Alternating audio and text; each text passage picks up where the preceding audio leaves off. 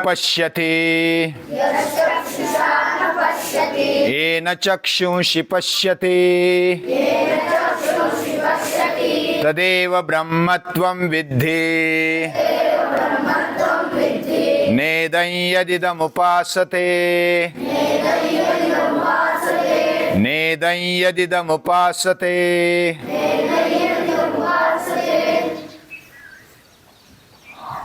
आँखों से हमें हमारा स्वभाव पता चलता है, चरित्र पता चलता है, आँखों से प्रामाणिकता पता चलती है। आँख हमारे आईना है,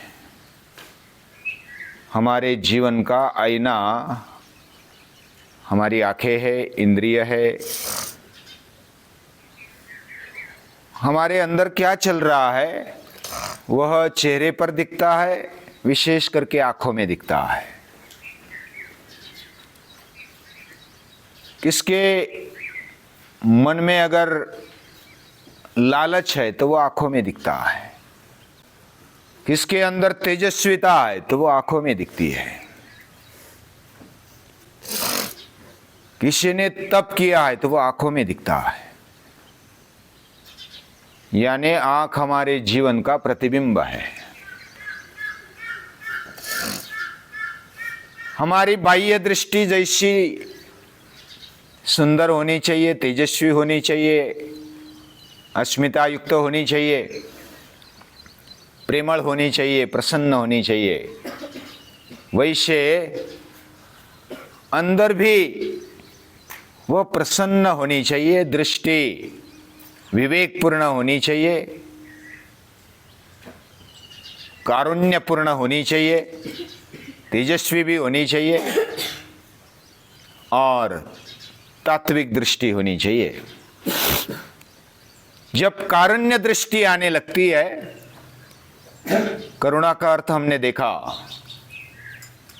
दया प्लस कृति प्लस प्रेम इज इक्वल टू कारुण्य। यानी करुणा जिसकी आंखों में आ गई वो किसकी दीनता, हीनता, लाचारी उसको सहन नहीं होती। भगवान ने इतना देने पर भी ये क्यों ऐसा कर रहा है, ये क्यों चोरी कर रहा है, ये क्यों लाचार हो रहा है, ये क्यों गुलाम बन रहा है। भगवान ने हमें राजा बनाया है, राजकुमार बनाया है, राजकुमारी बनाया है, तो हम क्यों लाचार बने, हम क्यों गुलाम बने। ऐसा जिसकी कारुण्यपूर्ण दृष्टि है, ऐसा वो सोचता है, देखता है और वो कार्य में लग जाता है कि इसको कैसा बाहर लिया जाए। जैसी माँ अपने बेटे के लिए कार्य करने लगती है, वो रोती नहीं बैठती। सच्ची माँ वो कार्य में जुट जाती है। वह अगर गंदा हो गया तो उसको स्वच्छ करती है, धोती है, श्रृंगारित करती है, कपड़े पहनाती है और बड़ा अच्छा बना देती है। ये करुणा है। और जिसकी दृष्टि कारुण्यपूर्ण होने लगी उसकी दृष्टि तात्विक भी होने लगती है। तात्विक का मतलब मेरा जीवन क्या है, कौन सी दृष्टि रखनी चाहिए, कौन से हेतु से हमें जीवन की ओर देखना चाहिए, ये बात वह समझने लगता है। आंखों में झलकता है। कारुण्यपूर्ण दर्शन में ऋषि अपने विद्यार्थियों में देखते थे। श्वेत केतु आ गया, बहुत सालों के बाद मिला, तो आंखों में देखकर ही ऋषि बोले तत्वमसि श्वेत केतु। श्वेत केतु बोलता है हम ब्रह्मास्मि। आंखों ही आंखों में वो तत्व छलकने लगा, वो तेजस्विता, वो तपस्विता दिखने लगी। ऐसा जीवन होने लगता है। हम जब मंदिर में जाने वाले लोगों को देखते हैं तो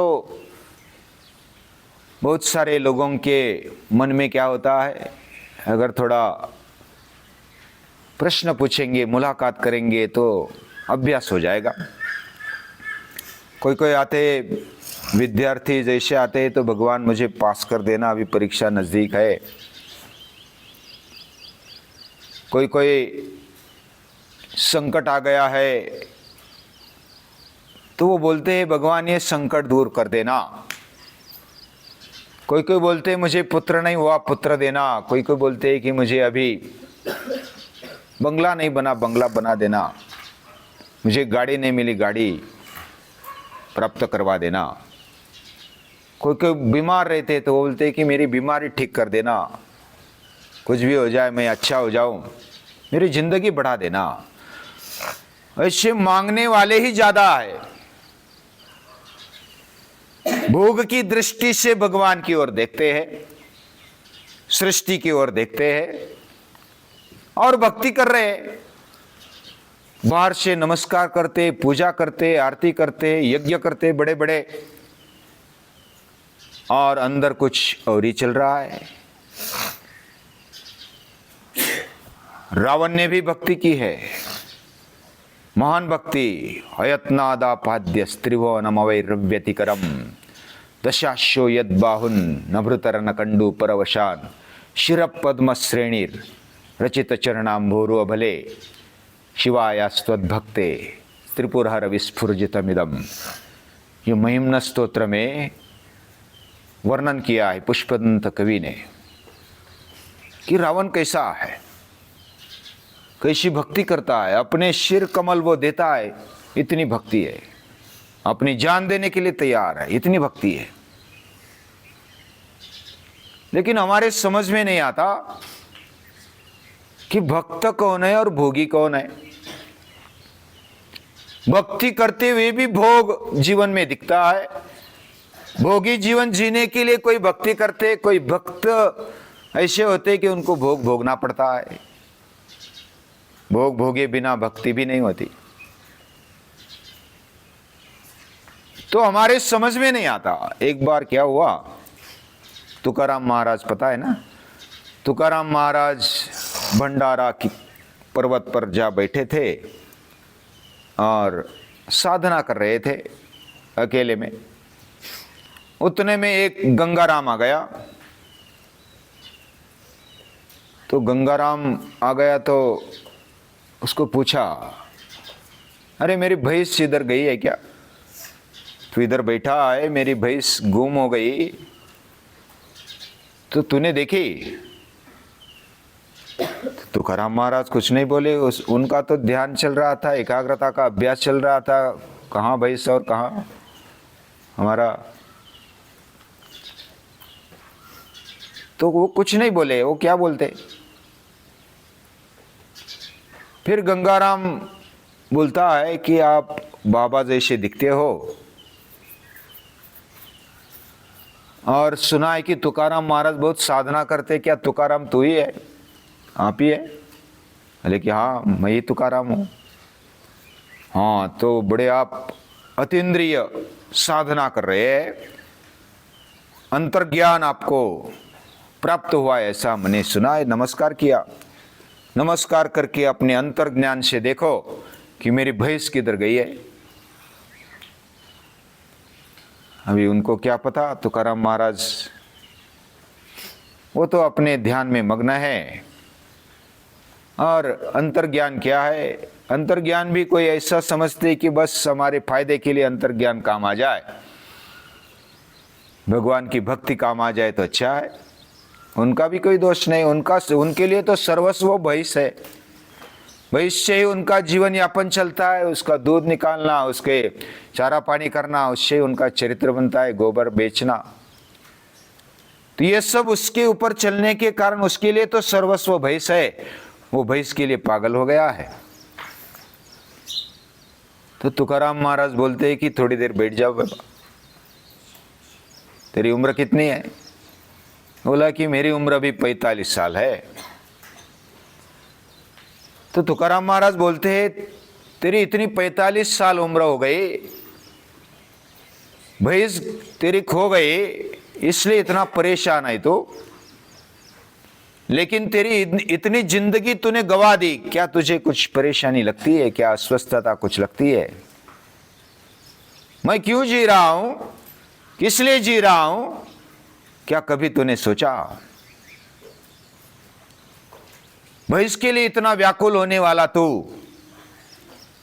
क्या मेरी जिंदगी इतनी गवा दी? क्या जिंदगी इतनी कचरे जैसी है कि बस गवा दी ऐसे ही? क्या तूने कभी सोचा? तो ऐसे 10-15 मिनट 20 मिनट बातचीत की। फिर वो गंगाराम समझ गया, वह फिर तुकाराम महाराज का शिष्य बन जाता है, बड़ी अच्छी साधना करने लगता है। कहने का मतलब, हम भक्ति भी करते हैं तो भोग का हेतु रख करके करते हैं और समझते कि हम भक्त बन गए। बहुत सारे मंदिरों में लाइन लगी है। हमारा जीवन भी इससे कुछ अलग नहीं है। हम भी भगवान की तरफ जाते हैं तो मन में क्या क्या रखते हैं?